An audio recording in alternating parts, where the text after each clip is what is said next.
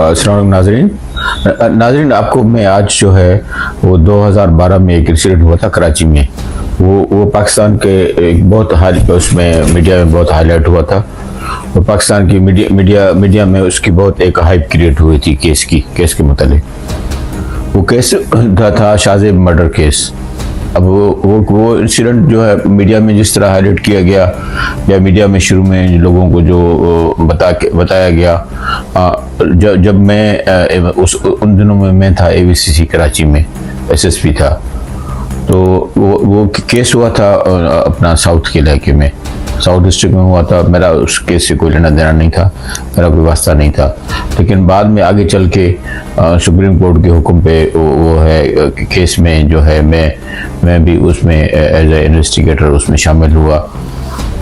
जब शामिल हुआ मुझे हुआ ये था कि शाहजेब का मर्डर हो गया था। उसमें एक बड़ा नाम है उनका, सिकंदर जतोई। उनका बेटा है शाहरुख जतोई, उनका नाम उसमें आ गया। तो वो केस जो है मर्डर हो गया। इसकी इन्वेस्टिगेशन शुरू हो गई, वो साउथ वाले कर रहे थे। तो उसमें जब गिरफ्तारी का मामला आया शाहरुख जतोई का, तो उस वक्त जो है गिरफ्तारी उसकी वो अमल में नहीं आ रही थी, क्योंकि शाहरुख जतोई जो है मर्डर के बाद फौरन बाद वो चला गया था दुबई। दुबई जाने के बाद जो है वो यहाँ से कोई पुलिस गई थी, एक पुलिस पार्टी इन्होंने भेजी थी हमारी सिंध पुलिस ने। लेकिन वो उससे उन्होंने खातिर ख्वाह कोई वहाँ उनको कामयाबी नहीं हुई। तो सुप्रीम कोर्ट ने इसका सुओ मोटो लिया हुआ था। उसमें सुप्रीम कोर्ट काफ़ी भरम हुई। वो भरम हो गया, IG साहब सिंध को कहा कि इसमें जो है मेरे लिए कि उनको आप भेजें, वो जाके उसको वो जो वहाँ से गिरफ्तार करके लाएगा। तो हम शुरू करते हैं इंसिडेंट से कि इंसिडेंट वो किस तरह हुआ। जो अखबारात में आया, उस TV में आया या सोशल मीडिया पे चला, वो जब मैं उस तफ्तीश में शामिल हुआ तो वो बिल्कुल ही उसके बिल्कुल उलट था। वो उलट इस तरह था कि शाहजेब था, वो एक हमारे रिटायर्ड DSP हैं, उनका बेटा था। उनकी सिस्टर की शादी थी। वो अपनी सिस्टर को ले गया था ब्यूटी पार्लर। उसको उनका उसी दिन ही उनकी सेरेमनी थी निकाह की। वो ब्यूटी पार्लर अपनी सिस्टर को ले गया था। जब ब्यूटी पार्लर से वो वापस आया तो जब वहाँ उसने कार खड़ी की तो उनके मालेदार हैं सिराज टालपुर वाले, उनका कोई नौकर था एक लाशारी, वो कार के सामने उधर खड़ा था। तो वो एक गाँव का बंदा था, वो नया उनका मुलाजिम बना था। तो उसने वो जो लड़की जो, क्योंकि वो वैसे उसी अपार्टमेंट में वो नौकर था, वो लड़की को या सबको देखता था ऐसे आम कपड़ों में। लेकिन उस दिन जो उसको दुल्हन के रूप में जो देखा, तो वो बस मकसद है कि उसको सिर्फ वो देख ही रहा था। तो वो गाड़ी से जब शाहजेब वाले और दुल्हन उतरी, तो दुल्हन उतर के तो चली गई फ्लैट की तरफ, और शाहजेब जो है वो गाड़ी ला करके सीधा इस लाशारी के पास गया। उसको कहा कि तुम मेरी सिस्टर को क्या देख रहे हो? तो लाशारी ने कहा तो मैं तो ऐसी तो कोई बात नहीं, मैं इसे देख रहा हूँ। तो बहरहाल वो शाहजेब ने उस लाशारी को मारना शुरू किया। और क्योंकि शादी का मौका था, टेंट लगे हुए थे, तो वहाँ और लड़के भी आ गए और उन्होंने उसको लड़के को अपना लाशारी को जो बावर्ची था उसको मारना शुरू किया। और ये लड़ते ये लोग रोड पे आ गए। और उसी वक्त इत्तेफाक से शाहरुख जतोई की वहाँ से कार गुजर रही थी। तो ये लड़का जो लाशारी है, लाशारी को लड़ते लाशारी जो है को किसी ने धक्का दिया, वो जाके शाहरुख जतोई की कार के बानेट पर गिरा। तो बानेट पे गिरा तो आपको अब पता है कि आजकल जो हमारी गाड़ियां हैं वो बानेट पे गिरे तो बानेट टेढ़ा हो जाता है, बानेट अंदर चला धंस जाता है। तो जब वो बानेट पे गिरा तो शाहरुख जतोई भी अपने गाड़ी से नीचे उतर के वो इनसे झगड़ने लगा कि मेरी कार का बानेट क्यों खराब किया है, और ये है। अब इनका आपस में झगड़ा शुरू हो गया शाहजेब वालों का और शाहरुख जतोई का, और लाशारी बीच में से अलग हो गया। तो अब वो झगड़ा जब शोर बढ़ा तो इसका वालिद जो है वो जो पंडाल में बैठा था वो उठ के बाहर आया। उसने आके उनका बीच बचा कर आया लड़कों का। बीच बचाव कराने के बाद जो है वो उस लड़के से पूछा ऐसे शाहरुख से कि बेटा तुम लड़ रहे हो, तुम मसला क्या है, तुम हो कौन? तो शाहरुख ने भी अपना बताया कि मैं सिकंदर जतोई का बेटा हूँ और इस तरह। हाँ, तो वो बीच में बचा होने के बाद ये लेकिन शाहरुख को इन्होंने इतना मारा था कि शाहरुख के जो जबड़े वगैरह जो होंठ फट गए थे। बहरहाल शाहरुख कार में चला गया। कार में जब वो घर पहुंचा तो उसके रिश्तेदार वहाँ लड़के बैठे थे, दोस्त। उन्होंने देखा कि इसका जबड़ा बड़ा फटा हुआ है, इसका होठों से खून निकल रहा है। तो उन्होंने पूछा कि क्या हुआ है। शाहरुख ने ये बुरी कहानी उनको बता दी कि इस तरह हुआ है। तो वो लड़के जो है वो बैठ गए शाहरुख की गाड़ी में। उन्होंने कहा कि चलो हमें दिखाओ कौन है, हम भी उनसे अपना बदला लेते हैं। तो ये सारा मसला ये आनन फानन हुआ, प्री प्लान कुछ भी नहीं था। तो वो लड़के आए जब इसने शाहजेब ने देखा कि इतने लड़के आए मुझसे लड़ने के लिए, तो वो कार पे चढ़ के वो खुद को बचाने के लिए वो कहीं भागा। तो ये इस कार ने जो है शाहरुख वाली कार ने इनको चेज किया। चेज करने के बाद रास्ते में एक कार वो उलट गई उसकी शाहजेब की।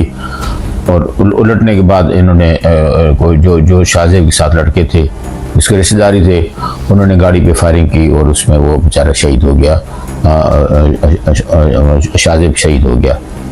शहीद होने के बाद तो कहानी ने नया रुख अख्तियार कर लिया। FIR दर्ज हुई क्योंकि वो कुछ आधा घंटा या 1 घंटा पहले झगड़ा हो चुका था। उसके वालिद को ये पता था कि वो लड़का जो झगड़ने वाला वो सिकंदर जतोई का बेटा है। तो वो पूछताछ के बहरहाल वो FIR दर्ज हो गई।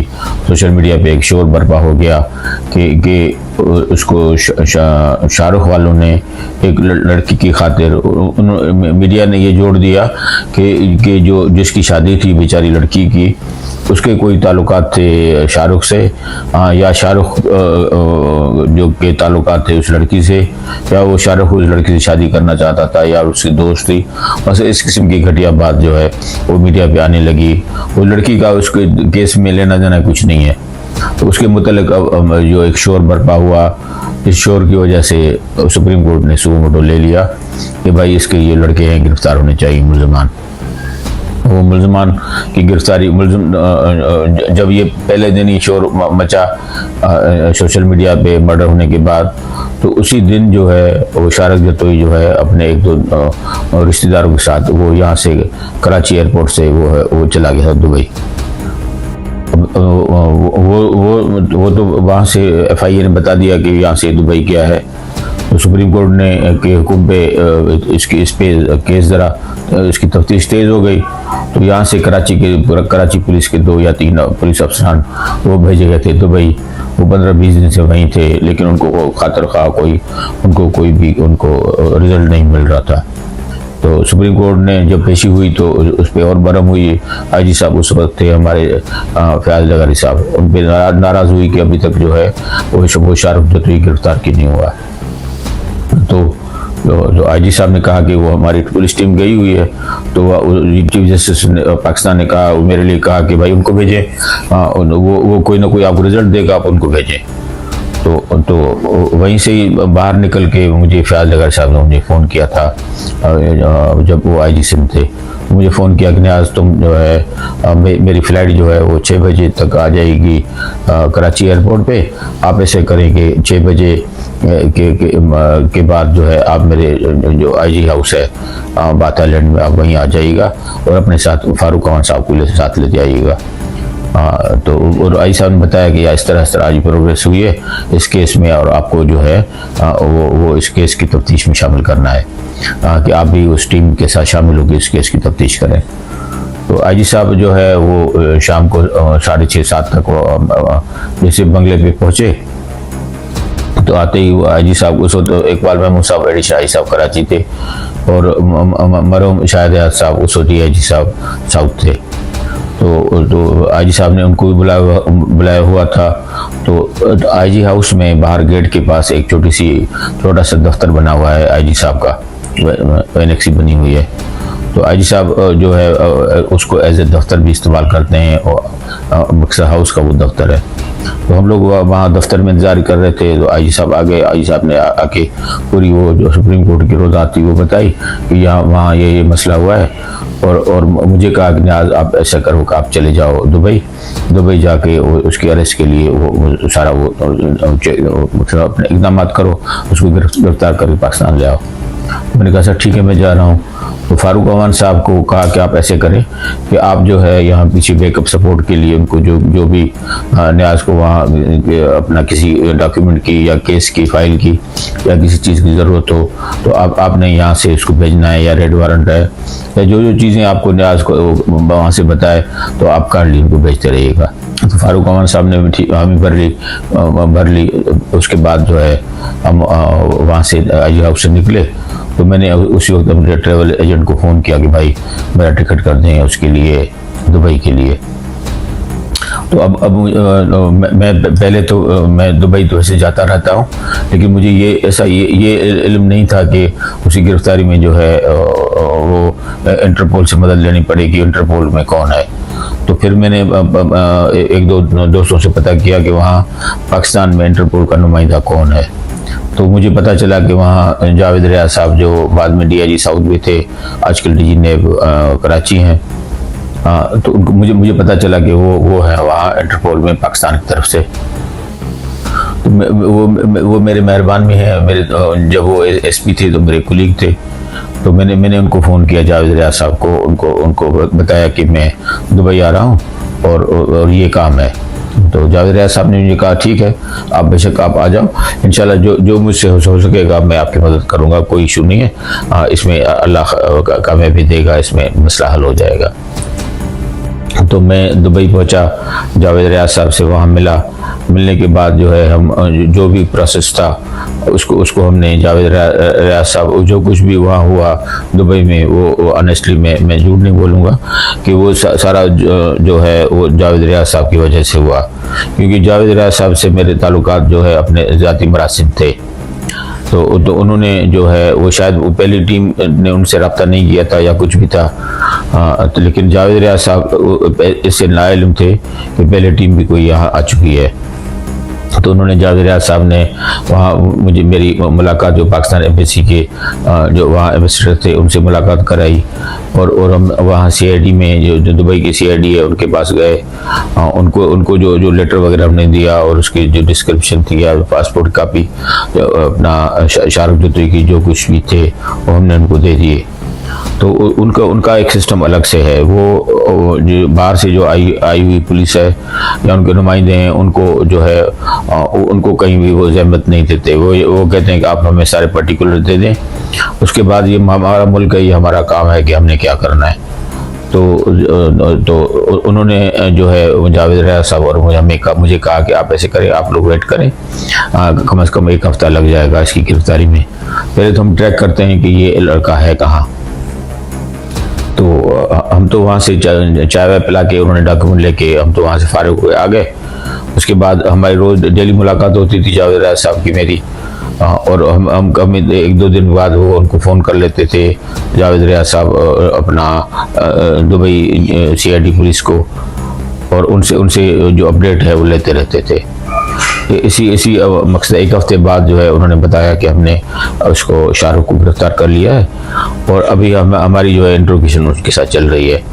पहले हम इंट्रोगेट करेंगे, इंट्रोगेट करने के बाद जो है हम इसको यहाँ दुबई की अदालत में पेश करेंगे और उनको सारा बताएंगे जज को इसने ये लड़का जो है वांटेड है वहाँ पाकिस्तान एक मर्डर केस में, तो इसकी जो है वो हमें हवाला करना है या नहीं करना है। तो वहाँ सीआईडी वालों ने हमें कहा कि ये अदालत पे डिपेंड करता है कि आया कि वो आपको उसकी कस्टडी देते हैं या नहीं देते। तो ये सारी जो प्रोग्रेस हो रही थी वो मैं अपना एडिशनल आईजी इकबाल महमूद साहब को बता रहा था वहाँ से फ़ोन पे, और आईजी साहब को भी बता रहा था कि इस तरह हो रहा है।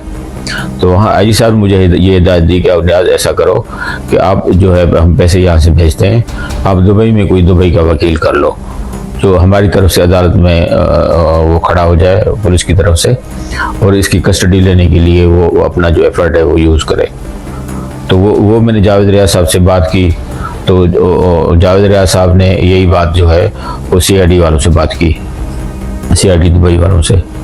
अब CID दुबई वालों ने वो साफ इनकार कर दिया। उन्होंने कहा कि हमारे मुल्क के ये लाज़मी कानून में ये है ही नहीं कि आप अपना कोई वकील खड़ा कर सकते हैं। उसने कहा जो हम स्टेट जब है आपके साथ खड़ी है, स्टेट जब ये चाहती है कि मुलजिम गिरफ्तार हो और उसको उनके मुल्क में मुंतकिल किया जाए, और हमारा पाकिस्तान के साथ ये ट्रीटी भी है कि अक्यूज़ की जो एक्सचेंज होनी है। हमारे जो मुलजमान हैं पाकिस्तान के, वो दुबई से गिरफ्तार होकर वापस पाकिस्तान आएंगे, या दुबई के से बंदा कोई भाग के अगर आ जाता है, पाकिस्तान में पनाह लेता है, तो वो हमारा मुआहदा है पाकिस्तान के साथ कि पाकिस्तान उसको हमें वापस करेगा। तो उसने कहा कि ये ऐसा मसला नहीं है कि आप वकील खड़ा करें, क्योंकि यहाँ वकील खड़ा करना अलाउड नहीं है। हम आपको इजाज़त नहीं देंगे और नई स्टेट आपको इजाज़त देगी, तो आप सब्र करें, आप देखें क्या होता है। तो बहरहाल मैंने सारा IG साहब को बता दिया कि यहाँ जो है वो CID वालों ने हमें ये जवाब दिया है कि आप जो है वकील नहीं खड़ा कर सकते।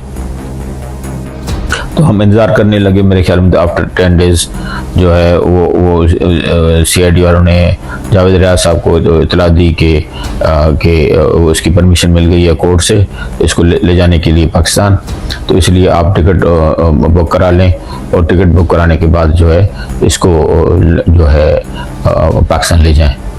तो टिकट, रिटर्न टिकट तो मेरा भी था, और उसका रिटर्न टिकट उसका शाहरुख जतोई का था। जब वो पाकिस्तान से गया था तो रिटर्न टिकट अपने साथ ही ले गया था। तो वो शाहरुख जतोई का और मेरा जो है, और मेरा टिकट जो है वो जावेद रियाज साहब ने एक फ्लाइट में ओके करा दिया, और उसी एयरपोर्ट पे जावेद रियाज साहब हम गए। वहाँ CID वाले भी वहाँ आए और शाहरुख जतोई को लेके उन्होंने CID वालों ने लिखा पढ़ी की, और सारे उसके कागज़ों पे दस्तखत जावेद रियाज साहब के लिए और मेरे भी लिए, और कस्टडी वो हमें जो है उसको शाहरुख जतोई को वो प्लेन में बिठाकर हमें हमारे हवाले कर दिया कि अभी आपके हवाले है, अभी आप उसको भली पाकिस्तान चले जाएँ। तो जब हम कराची पहुंचे तो कस्टडी मैंने उसी वक्त फ़ोन पे इतला कर दी थी, IG साहब को बता दिया था कि हम फ़िलहाल फ्लाइट में आ रहे हैं। तो IG साहब ने अपना DI साहब साउथ शाहिद साहब को कह दिया था, तो उनकी पुलिस पार्टी जो है वो पहले से एयरपोर्ट पे थी, तो कस्टडी जो है वो यहाँ कराची आके मैंने उनके हवाले कर दी अपना साउथ पुलिस के। क्योंकि मैं सुप्रीम कोर्ट के हुक्म से मैं भी इन्वेस्टिगेशन टीम का हिस्सा बन चुका था, तो फिर जो है गाय बगाए जो है वो सारी जो इन्वेस्टिगेशन है उससे वो मैं आगाह होता रहा। हमारे जो बहुत ही एक अच्छे इंस्पेक्टर हैं अपना मुबीन, वो इसको वो साउथ में वो जो है इस केस को देख रहे थे। तो एक मौके पे मैं क्योंकि इसमें केस में मुलजिम तो ये था अपना शाहरुख जतोई था, और जो उसने जो इंटरव्यूशन में बताया था तो वो अपने साथी अपने लड़के अपने रिश्तेदार बताए थे। तो इसमें कहीं भी उनका जो सिराज टालपुर वालों का जिक्र नहीं आ रहा था।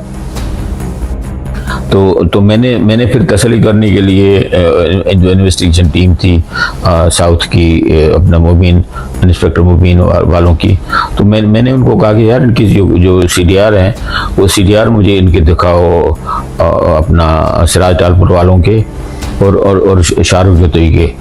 तो आया कि आपस में ये दोस्त हैं या शाहरुख जतोई गलतफहमी से काम ले रहा है। जब उनके कॉल रिकॉर्ड मैंने देखा, वहाँ SIU में इनकी तफ्तीश हो रही थी फारूक अमान साहब के दफ्तर में।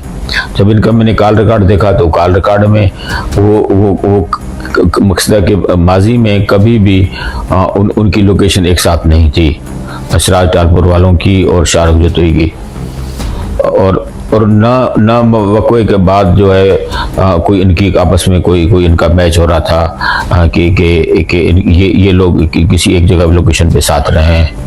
न इनके जो फ़ोन कॉल रिकॉर्ड था जिसको हम CDR कहते हैं, उसमें भी न एक कॉल थी, कोई कॉल ही नहीं थी आपस में इनकी, न इनके फ़ोन में इनके नंबर कोई सेव थे। तो इनका कोई सिराज टालपुर वालों का कोई उसमें कोई तुक बनता ही नहीं था। तो मैंने मुबीन वालों को कहा और प्लस इवन मैंने जो जो इन्वेस्टिगेशन केस भी था उस वक्त उनको भी कहा कि यार इसमें तो मुलजिम सिर्फ जो है वो शाहरुख जतोई और उसके रिश्तेदार हैं। तो इसमें टालपुरों का तो कोई वास्ता ही नहीं है, लेना देना ही नहीं है। तो इनको तो इस केस में से हमें निकालना चाहिए। तो अब चूँकि वो एक सुप्रीम कोर्ट का केस था, एक हाइप क्रिएट हुई थी पहले से, तो उनका जो हमारी इन्वेस्टिगेशन टीम का जो था मुबीन वालों का, उनका यही ख्याल था कि एफआईआर में जो है वो टालपुरों का नाम है, अगर हम टालपुरों को निकालते हैं तो कल सुप्रीम कोर्ट में ये हो जाएगा, वो हो जाएगा और इस तरह हो जाएगा और खामखा केस खराब हो जाएगा। तो क्योंकि वो सारी जिम्मेदारी इन्वेस्टिगेशन की उनके ऊपर थी, मुबीन वालों के पास शुरू से वही लोग इसको केस को इन्वेस्टिगेट कर रहे थे। मैं तो बाद में जो है उस केस में एज अफसर शामिल हुआ सुप्रीम कोर्ट के हुक्म पे कि मैं उनकी गिरफ्तारी करूं। वो मैंने तो अपना काम कर लिया। तो फिर मैं भी खामोश हो गया था। मैंने कहा बस भाई आप लोग जानो, आपका काम जाने। लेकिन मैंने इस पे लाजमी एतराज़ ज़रूर किया था कि इसमें आप जो है केस में से उन लड़कों के नाम निकालो टालपुरों के। टालपुर इस केस में टोटली इसमें है ही नहीं। टालपुर के नौकर ने अगर कोई उसने बदतमीजी की है या उसने बच्ची को जो ब्यूटी पार्लर के लिए से तैयार होकर आई थी उसको सिर्फ देखा है, तो उसको उसकी सज़ा मिल गई। उसको वो शाहज़ेब ने उसको मारपीट की थी। अब उसका ये मकसद नहीं है कि हम मर्डर केस में हम उसको सराज टालपुर को, उसके भाई को और उसको जो लाशारी को जो बॉर्ची था उसको आगे कर दें। तो बहरहाल वो टीम ने वो नहीं मानी। वो टीम ने सारे बंदे आगे कर दिए। तो ये एक कुदरती एक खुदा का एक कानून भी है। और ये मैंने अमूमन देखा भी है कि किसी भी मर्डर केस में अगर मर्डर केस के 10 मुलजमान हैं, उस 10 मुलजमान में अगर 9 मुलजम जो है वो उसमें शामिल है और 10वां मुलजम एक जो है वो बेगुनाह उसमें है, तो उस एक बेगुनाह की वजह से सारे मुलजम छूट जाते हैं। क्योंकि ये अल्लाह का कानून है। अल्लाह पाक ये कहता है कि भले आप कुछ भी हो जाए, लेकिन 100 मुलजिम आप छोड़ दें तो कोई मसला नहीं है, लेकिन एक बेगुनाह मुलजिम को सज़ा नहीं होनी चाहिए। तो इस केस में भी यही हुआ। इसका ट्रायल चलता रहा, वो भी काफ़ी अरसे तक ट्रायल चलता रहा। और उसकी शाहरुख जतोई के वालिद जो है सिकंदर जतोई की बातचीत उनके साथ होती रही, जो लवाकिन थे। तो फिर बाद में पता चला कि एक बहुत बड़ा मुआवजा, मेरे ख्याल में पाकिस्तान की हिस्ट्री में इतना बड़ा मुआवजा नहीं हुआ होगा, उसमें कि कनाडा की सिटीजनशिप और 53 करोड़ जो है वो पाकिस्तानी पैसे और पता नहीं क्या कनाडा में रायशी घर, ये वो सारा जो है सिकंदर जतोई साहब को ने सिकंदर जतोई को देना पड़ा मदई पार्टी को। वो मदई पार्टी को दिया, तो तब जाके मदई पार्टी ने उस केस में अपना राजीनामा लिख के दिया कि भाई ये केस जो है हम कोर्ट में चलाना नहीं चाहते, हमारा आपस में वो कंप्रोमाइज़ हो गया है। क्योंकि इसमें अब बात आ गई कि इस केस में दहशतगर्दी एक्ट लगा हुआ था। अब दहशतगर्दी एक्ट की वजह से वो जो 302 है कत्ल का केस, वो कंपाउंडेबल नहीं है, तो उसमें कंप्रोमाइज़ हो नहीं सकता। वो कंप्रोमाइज़ नहीं हो सकता तो वो शाहरुख बाहर नहीं निकल पा रहा था। और फिर भी साल तक जो है शाहरुख के जो वालिदैन हैं, जो वालिद साहब जो है उनके सिकंदर जतोई, वो अदालतों के चक्कर लगाते रहे कि भाई इसमें दहशतगर्दी एक्ट की वो दफ़ा ख़त्म की जाए। हाँ, तो क्योंकि इस्लाम में जो है वो कत्ल का जो है वो दियत मुकर्रर है। जब दियत हो जाती है तो उसके बाद जो है वो कत्ल केस माफ़ हो सकता है। जब अब दो कानून तो एक साथ चल नहीं सकते। अब इस्लाम ये कहता है कि भाई दियत के बाद केस जो है वो ख़त्म हो जाता है, दियत लेने के बाद और कंप्रोमाइज़ के बाद। और दहशतगर्दी एक्ट में वो केस ख़त्म नहीं हो रहा था। तो बहरहाल वो लोग जो है उन्होंने बड़ी कोशिश की कि मेरा अपना ज़ाती ख्याल ये है कि दियत देने के बाद और कंप्रोमाइज़ के बाद केस ख़त्म होना चाहिए। तो अब वो किसका भी हो किसका ना हो, लेकिन मीडिया की वजह से और मीडिया ने जो हाइप क्रिएट की हुई थी, इस वजह से वो केस ख़त्म नहीं हो रहा था और शाहरुख जतोई बाहर नहीं निकल रहा था। लेकिन काफ़ी सालों के बाद, और मुझे साल याद नहीं है, तो मेरे ख्याल में 8-10 साल जो है शाहरुख जतोई जेल में रहा। जेल में रहने के बाद जो है उसकी वो केस ख़त्म हुआ, वो आजकल बाहर है।